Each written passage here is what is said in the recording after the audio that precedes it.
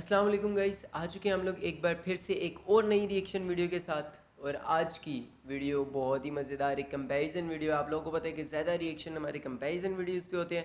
और India versus Pakistan future weapons, ठीक है, मतलब इंडिया और पाकिस्तान फ्यूचर के कौन कौन से वेपन्स बना रहे हैं उनसे रिलेटेड ये वीडियो है। और इंटरेस्टिंग होने वाली है, ज़ाहिर सी बात है। फजूल का पैसा है जो लोगों पे नहीं लगाना, लेकिन वेपन्स पे लगाना है। हमने वेपन्स बनाने हैं क्योंकि हमने लड़ना भी तो है ना, लड़ के मरना भी तो है। अच्छा। तो ये बेवकूफ़ियाँ, यार मैं इसको बेवकूफ़ी कहता हूँ, सीधी सी बात है। खैर यार इन्हीं बेवकूफी इन्हीं वेपन्स के ऊपर अभी ये वीडियो है। तो देखते हैं कौन कौन सी बेवकूफ़ियाँ ये दोनों कंट्रीज़ कर रहे हैं। तो लेट्स गो, स्टार्ट करते हैं। मैं हूँ सैम और आज आप लोगों को इस वीडियो का लिंक डिस्क्रिप्शन में मिल जाएगा। अगर कोई और वीडियो आप लोग भी सजेस्ट करना चाहते हो तो हमें इंस्टाग्राम पे और दूसरी साइड वो मेरी है, कमेंट सेक्शन में बता सकते हैं। तो लेट्स गो, स्टार्ट करते हैं। हेलो दोस्तों, स्वागत है आपका चैनल की एक नई वीडियो में। तो आज इस वीडियो में हम लेकिन ये मज़े का जो इसका इंट्रो होता है ना, वो बहुत मज़े बहुत का। मज़े हेलो का दोस्तों, दोस्तों, स्वागत है स्वागत है। आपका एक और नई वीडियो में। Thank ये you ये so मुझे much। याद हो चुका है। भारत और पाकिस्तान के भविष्य में आने वाले कुछ हथियारों की बात करने वाले हैं। Weapons। ऐसे हथियार जो अभी या तो डेवलपमेंट फेज में हैं या फिर प्लानिंग फेज में, लेकिन Planning phase। भविष्य में जल्द ही यह हर एक देश की पावर नहीं बल्कि जरूरत बनने वाले हैं। भारत और हाँ, पाकिस्तान भी लड़ना ऐसे ही मरना कुछ वही है ना, वही खतरनाक तो मैं हथियारों बोल रहा पर हूँ। काम कर रहे हैं जिन्हें खतरनाक आज हथियारों हम पर। इस वीडियो में इंक्लूड करेंगे। अगर इस वीडियो का रिस्पांस अच्छा रहा तो हम इसका दूसरा पार्ट बनाएंगे जिसमें हम भारत के कुछ हथियारों का कंपैरिजन चाइना के आने वाले होना भविष्य के चाहिए, हथियारों के चाइना से साथ होना करेंगे। चाहिए। क्योंकि तो बने इंडिया की रहिए गड़बड़ चाइना वीडियो से के ज़्यादा साथ। है। हेलो दोस्तों, हमसे मेरा भी नाम है ज़्यादा। दीपक, आप देख रहे हैं इट्स इनक्रेडिबल फॉर यू। तो आइए शुरू करते हैं।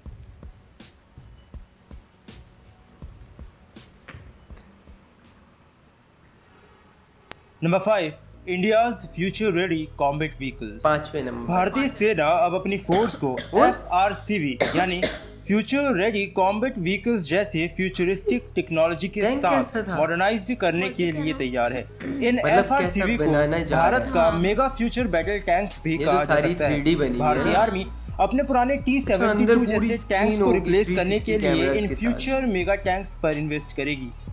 ये tanks developed semi desert, desert, high altitude जैसी लगभग सारी जगहों पर आसानी से ऑपरेट किए जा सकेंगे।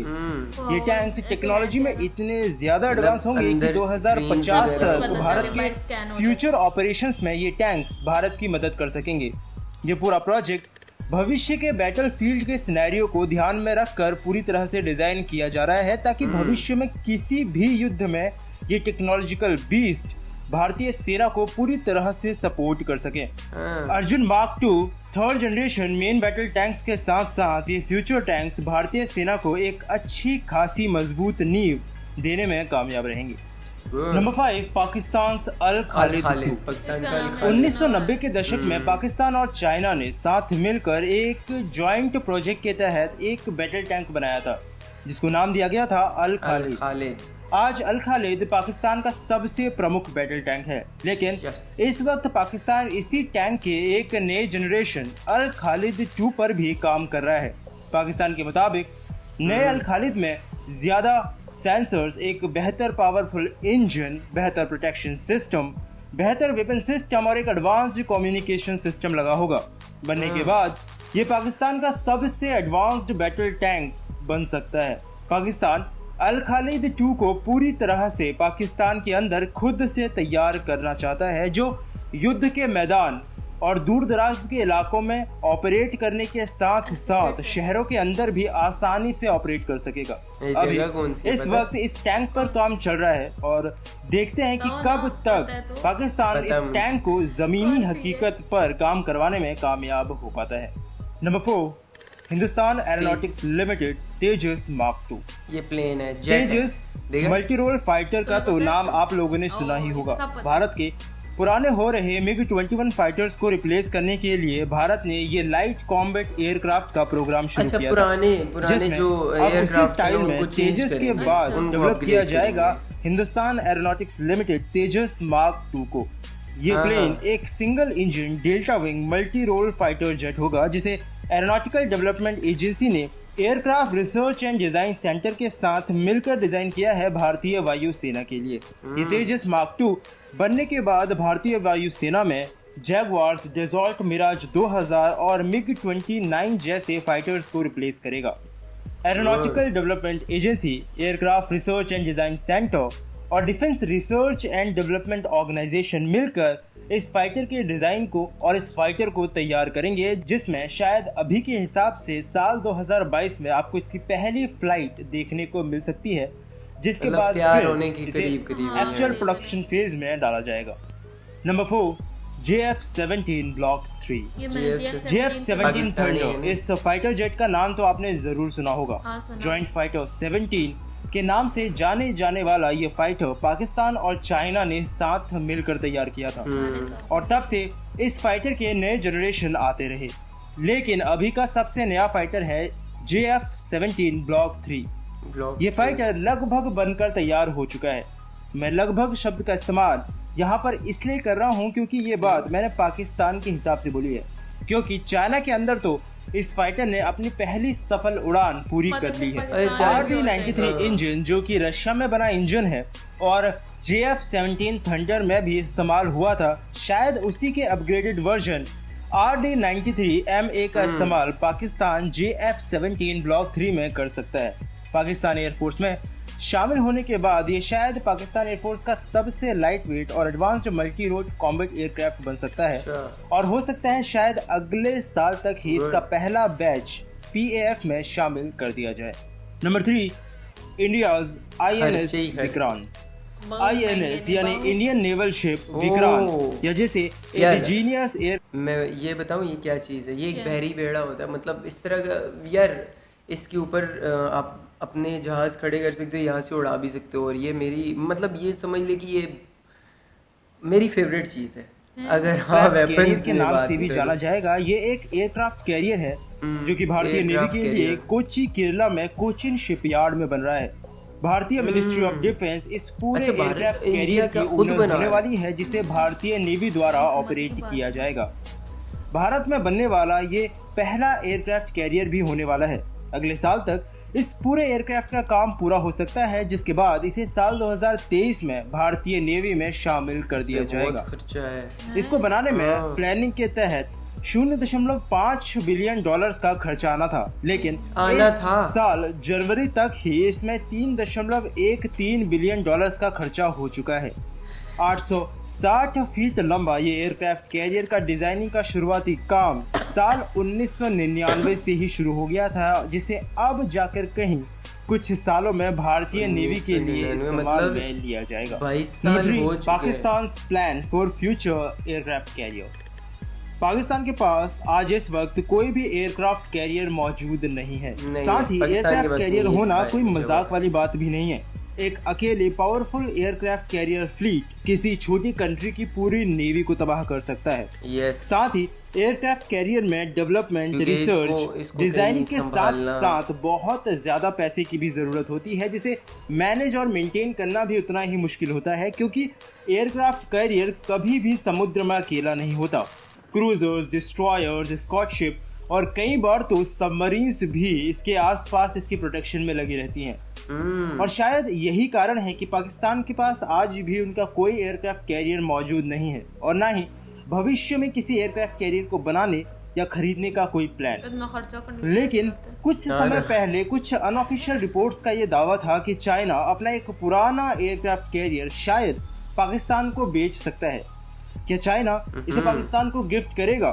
शायद नहीं, क्योंकि एक एयरक्राफ्ट कैरियर का प्राइस $1 बिलियन से कम बिल्कुल नहीं हो सकता, जो लगभग आज पाकिस्तानी नेवी के एक साल के पूरे बजट के बराबर है। इस अनऑफिशियल रिपोर्ट्स के न्यूज़ में उसके बाद आगे कुछ नहीं हुआ, लेकिन शायद हो सकता है कि पाकिस्तानी नेवी के फ्यूचर में किसी एयरक्राफ्ट कैरियर पे काम करने या खरीदने की कोई प्लानिंग हो। लेकिन यही बात मैं यहाँ पर मेंशन करता चलूँ कि ये मेरा सिर्फ अनुमान है, वो भी उन रिपोर्ट्स को देखते हुए जो कुछ समय पहले आई थी, और ऐसा कुछ है या नहीं ये तो आने वाले समय में ही पता चल पाएगा। नंबर 2, प्रोजेक्ट आजम। प्रोजेक्ट। फिफ्थ जनरेशन फाइटर इसका नाम भी मैंने जेट्स सुना। क्या कभी देखे हैं आपने? जी हाँ, ये वही फाइटर जेट्स होते हैं जो उड़ते हुए बड़े कूल से दिखते हैं, जैसे F-22 रैप्टर, F-35 लाइटनिंग या फिर ये लगते रशिया का बहुत प्यारे हाँ, सुखोई ये हैं। लगते 250। बहुत प्यारे। लेकिन पाकिस्तान लेकिन इस होते वक्त बड़े अपने खुद dangerous के हैं। एक fifth generation stealth fighter jet programme पर काम कर रहा है, मतलब जैसा पाकिस्तान ने बताया है। पाकिस्तान के मुताबिक उन्होंने अभी तक इसके डेवलपमेंट फेज के पहले साइकिल का काम पूरा कर लिया है। कहीं ना कहीं आने वाले समय में शायद F-16 को रिप्लेस करने के लिए पाकिस्तान प्रोजेक्ट आजम पर काम कर रहा है। वैसे इस नहीं, प्रोजेक्ट ये में और भी different कुछ होगा। चीजें इंक्लूड की गई हैं, जैसे UAV, drone, high speed drones, AESA radars वगैरह। लेकिन सबसे बड़ा दावा पाकिस्तान का उनके फिफ्थ जनरेशन एयरक्राफ्ट पर ही लगता है। इन फिफ्थ जनरेशन एयरक्राफ्ट की सबसे बड़ी खूबी ये होती है कि इनमें सारी की सारी टेक्नोलॉजी वही इस्तेमाल की जाती है जो कि 2000 के दशक के बाद बनी है। यानी ये आज 2020 के समय में सबसे एडवांस्ड एयरक्राफ्ट कहे जा सकते हैं। लेकिन इनकी डेवलपमेंट में रिसर्च और एक लॉन्ग टर्म तक फंड का इंतजाम करना भी बहुत ज़रूरी होता है, जो पाकिस्तान funds कैसे की करता बात- है अब ये देखने वाली बात होगी। नंबर 2, इलियास हाल एमका। Hindustan aeronautics limited advanced medium combat aircraft. जी हाँ, यही नाम है भारत के प्रोजेक्ट का जिसके तहत हम fifth generation fighter aircraft develop कर रहे हैं। अच्छा, fifth इसे generation ये भी DRDO, develop कर- हिंदुस्तान एरोनॉटिक्स लिमिटेड और एक इंडियन प्राइवेट कंपनी के साथ पब्लिक प्राइवेट जॉइंट वेंचर के तहत तैयार करने का प्रस्ताव है। एम का एक single seat twin engine stealth all weather multi role fighter aircraft होगा, जिसका एक मॉडल इस सुना वक्त सिंगल आप अपनी सीट है, स्क्रीन मतलब पर दो देख बंदे सकते नहीं हैं। है एक इसमें। ही रिपोर्ट्स के अनुसार साल एक ही बंदा सब कुछ 2024 में control एमका करेगा। को अनवील कर दिया जाएगा, जिसके एक साल बाद यानी साल 2025 में ही लगेगा आपको कितना इसकी cool पहली है। फ्लाइट देखने को मिल सकती है। लोग इंडो इसका भी रशियन बहुत प्यार है। FGFA यानी fifth generation fighter aircraft programme के बाद ये भारत का पहला और शायद इकलौता प्रोग्राम है फिफ्थ जनरेशन फाइटर को डेवलप करने का। पूरा होने के बाद इसे एयरफोर्स के साथ साथ इंडियन नेवी के लिए भी इस्तेमाल में लिया जाएगा। अच्छा, नेवी लेकिन को भी मिलेगा। इस प्रोजेक्ट से जुड़ी जो एक सबसे मजेदार बात है वो ये कि एमका का शायद एक दूसरा इम्प्रूव्ड वर्जन एमका मार्क 2 भी बनाया जा सकता है, और अभी की खबरों के हिसाब से ये इम्प्रूव्ड वर्जन यानी एमका मार्क 2 को हाल एमका के मुकाबले ज़्यादा नंबर में प्रोड्यूस किया जाएगा। तो बस अभी इंतज़ार है और देखते हैं कि ये कंपनीज भारत में बने उसके खुद के फिफ्थ जनरेशन एयरक्राफ्ट की पहली फ्लाइट को हमें कब तक दिखा पाती हैं। Number 1, Ilyas aura. DRDO घातक के नाम से शायद ये ज्यादा वो आप है, इस मशीन को हाँ, बेहतर जानते होंगे, जो कि एक अनमैन्ड कॉम्बैट एयर व्हीकल है अच्छा, जिसे ठीक है। ये DRDO ड्रोन इंडियन टाइप है, एयरफोर्स मतलब के लिए इसमें बंदा डेवलप कर नहीं रहा है। बैठता। इस व्हीकल को एरोनॉटिकल डेवलपमेंट एजेंसी द्वारा डिजाइन किया गया है, जिसमें ऑरा का मतलब है ऑटोनॉमस अनमैन्ड रिसर्च एयरक्राफ्ट। ये UCAV मिसाइल्स, बॉम्ब्स और प्रिसीशन गाइडेड स्मार्ट वेपन्स को रिलीज करने में कैपेबल होगा।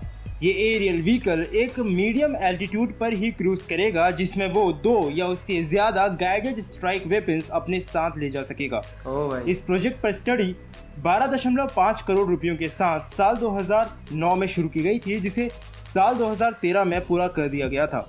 साल 2016 में 231 करोड़ रुपयों की शुरुआती फंड भारतीय सरकार ने इस प्रोजेक्ट को एलोकेट किया था, जिसमें साल 2017 में टेस्टिंग के लिए एक फुल स्केल मॉडल बनाकर तैयार किया गया था, जो कि चूहा सफल भाग रहा। रहा है। और अब साल 2024 या 25 तक मतलब आपको डिजाइन ना बड़े मजे का। कॉम्बैट एयर व्हीकल की पहली ये किसी फ्लाइट फिश की तरह। देखने को मिल जाएगी। है ना?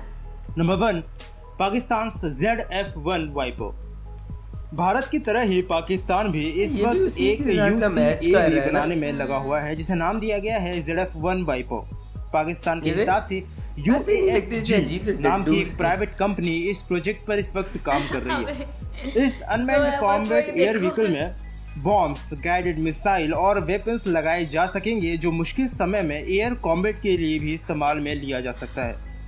भारत और पाकिस्तान के इन तरीके के ड्रोन्स का सबसे बड़ा फायदा ये भी है कि ये अनमैन्ड होंगे, यानी इनमें किसी तरीके के पायलट इसके अंदर नहीं बैठा होगा, हाँ, पायलट जिससे नहीं होगा। किसी पर्टिकुलर टारगेट में जाकर हमला करना उन फाइटर जेट्स के मुकाबले कहीं ना कहीं आसान होगा, आसान क्योंकि होगा, इसमें किसी किसी भी जान पायलट की जान किसी की जान क्यों नहीं जाएगी।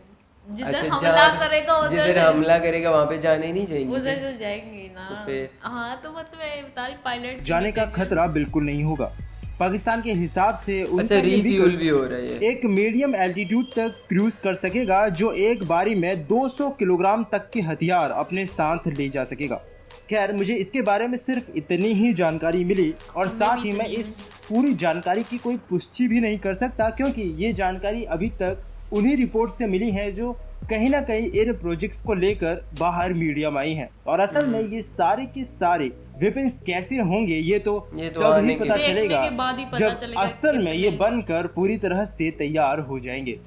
तो आपको इनमें से कौन सा वेपन सबसे ज्यादा पसंद आया और किस वेपन को आप सबसे पहले कंप्लीट होता हुआ देखना चाहते हैं? सभी कंप्लीट और क्या मैं एक ऐसा ही कंपैरिजन चाइना के आने वाले बोलते। फ्यूचर वेपन्स के साथ भी बनाऊं? इन तीनों सवालों का तो यार देखो, कंपैरिजन तो मतलब अच्छा बना बहुत है। अच्छा है, सही कंपैरिजन तो awesome है। कंपैरिजन अपने हिसाब से वीडियो बहुत अच्छी है, कंपैरिजन बहुत मजे का ये दोनों के है। भाई लेकिन अगर जो चीज़ अगर ये चीज़ सोची जाए कि कौन सी चीज़ पहले बन के आनी चाहिए, तो मैं ये चाहता हूँ कि दोनों कंट्रीज़ के जो 5th जनरेशन एयरक्राफ्ट्स है ना, वो पहले पहले बन, आने चाहिए। क्योंकि वो थोड़े मतलब Advance है ना। एडवांस टेक्नोलॉजी है, थोड़े दिखने में अच्छे हैं प्यारे और हैं। कूल लग ये रहे हैं ना, सिर्फ कूल। लुक पे इनके का दिल रुकता है और किसी चीज पे नहीं। कहाँ पे मैं लुक पे रुका हूँ?